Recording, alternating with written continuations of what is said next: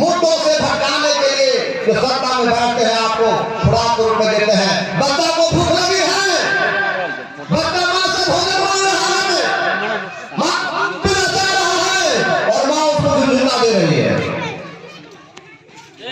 इसलिए 26 जनवरी झंडा फहराने का सिर्फ रस्म अदायगी नहीं है, सिर्फ औपचारिकता नहीं है।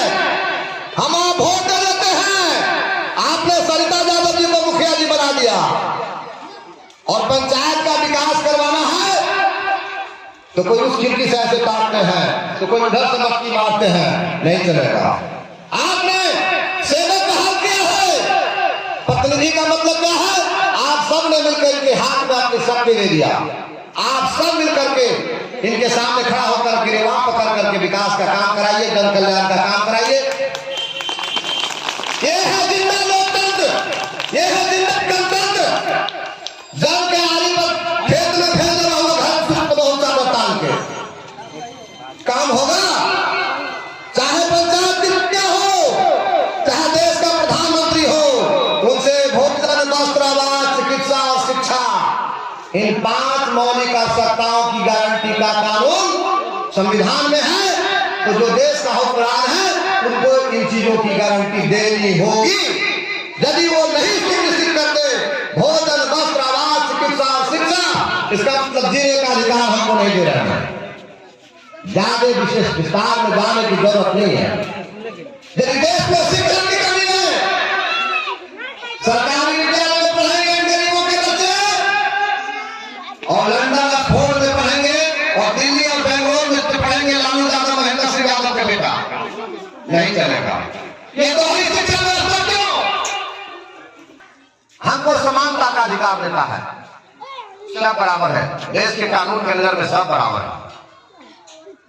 तो लालू यादव, नरेंद्र मोदी, सोनिया गांधी, जो बड़े लोग हैं देश के, अडानी अंबानी के बच्चे, पूंजीपतियों के बच्चे, अमीरों के बच्चे अच्छे अच्छे बड़े बड़े स्कूलों में पढ़ेंगे, विदेशों में पढ़ेंगे और हमारा गरीब का बच्चा खिचड़ी वाला विद्यालय में पढ़ेगा।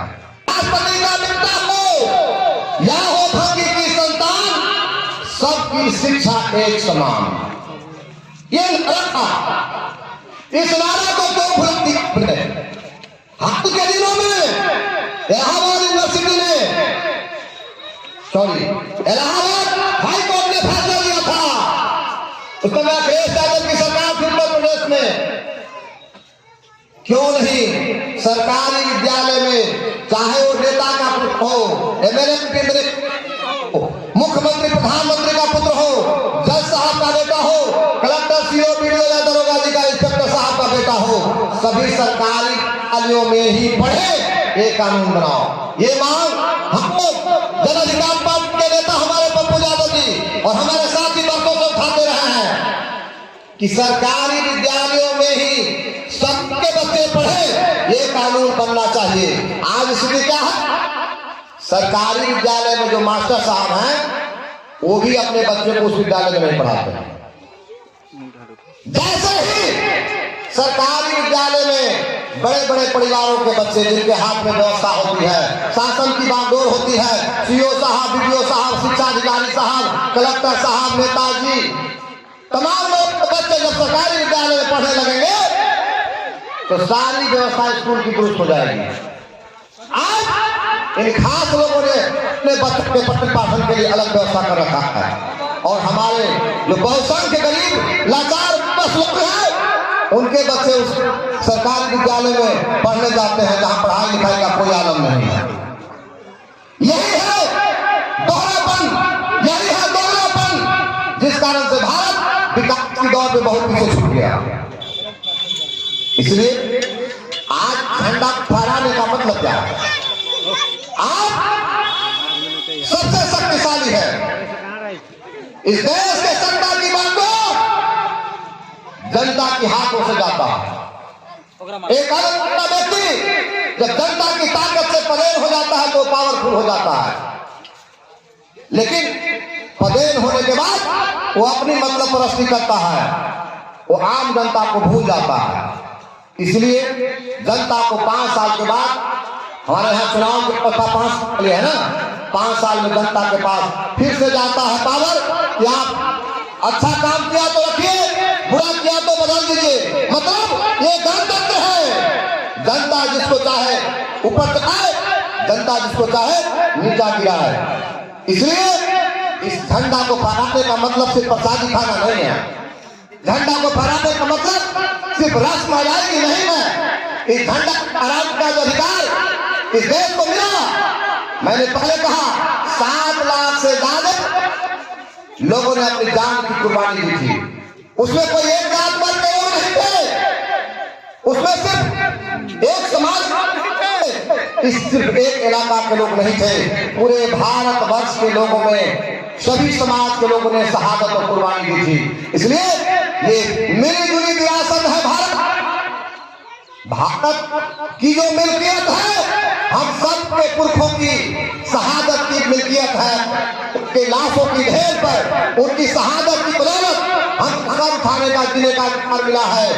और हमको ये गणतंत्र दिवस अपना संविधान दिया है, तो संविधान के दायरे में अपने हक अधिकार की बात हम करें। और उसके साथ साथ हमारा कर्तव्य भी बनता है।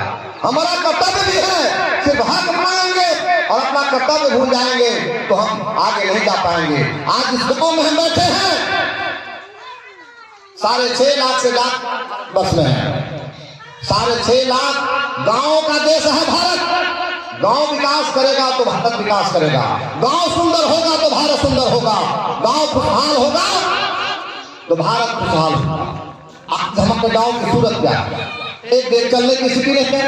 ये 4 करोड़ की सड़क जो बनी हुई नरक तुम रही, उसको हम लोगों ने आप लोगों ने नरक बना दिया। घर का सारा कचरा, घर का सारा पानी उस पर उड़ेल देते हैं। माल मवेशी आगे तक ठेल करके रोड को बाधित कर रहे हैं। विकास का करोड़ों का स्कीम पास है, उसको बनने नहीं दे रहे हैं। ये आपका कर्तव्य है। आप जिसके हाथ में ताकत दिए हैं उसे काम कराना, और जो कचरा रखे हैं उस कचरा से पीछे हटिए, उसको सुंदर बनाने का जवाबदेही जिनको दिया उनका काम करा। आप काम नहीं कराएंगे तो मुखिया जी को, एमएलए साहब को, मुखिया जी को, एमएलए साहब को खा के मोटाने के लिए आप चुनेगा। आप विकास नहीं कराएंगे तो आपके मुखिया जी, आपके एमएलए साहब, आपके एमपी साहब, आपके मंत्री साहब, आपके हाकिम साहब खा के मोटा जाएंगे, आप दुबला के दुबला रह जाइएगा। इसलिए आज ये जो गणतंत्र दिवस है, इस झंडे के सामने हम सभी संकल्प लीजिए कि हम अपना अधिकार भी खोजेंगे और अपना कर्तव्य भी नहीं भूलेंगे। हमारा कर्तव्य है कंधे से कंधे प्रतिनिधियों के साथ मिलकर के अपने गांव समाज को, देश को सुंदर बनाने के लिए मिलजुल करके देश को आगे बढ़ाएंगे, समाज को आगे बढ़ाएंगे। राजनीतिक विरोध रहेगा, राजनीतिक मतभेद रहेगा। अब आए मुस्लिम राज्य के लोग हैं यहाँ, इस्लाम में पश्चिम दिशा में मक्का मदीना है, इसे कहते हैं कि पश्चिम दिशा पवित्र है, पाक दिशा है।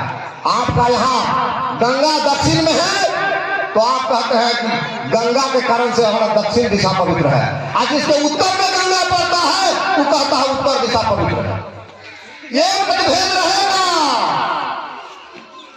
हजारों तरह की पूजा पद्धति है, हजारों तरह का रस्म रिवाज है, हजारों तरह का पहनावा है, हजारों तरह का खान पान है।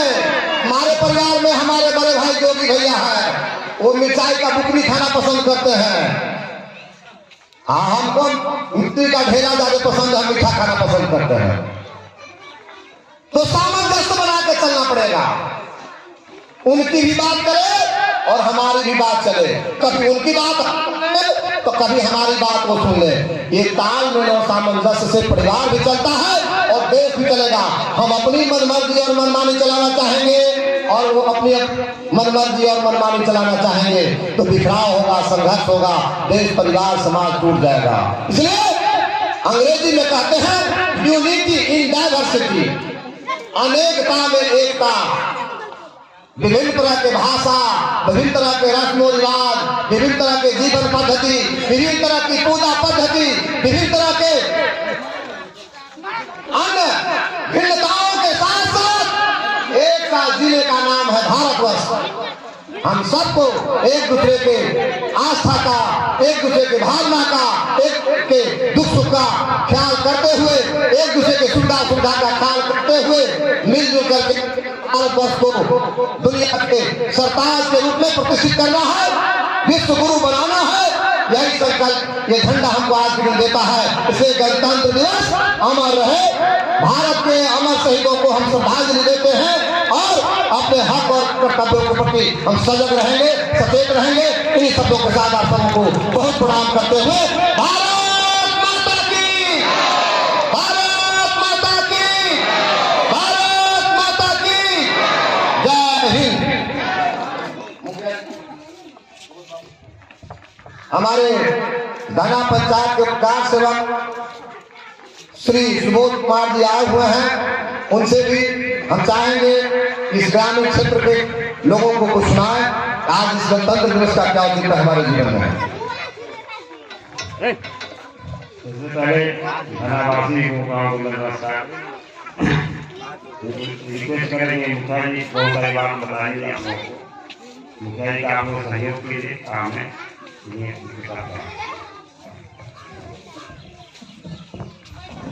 आज हमारा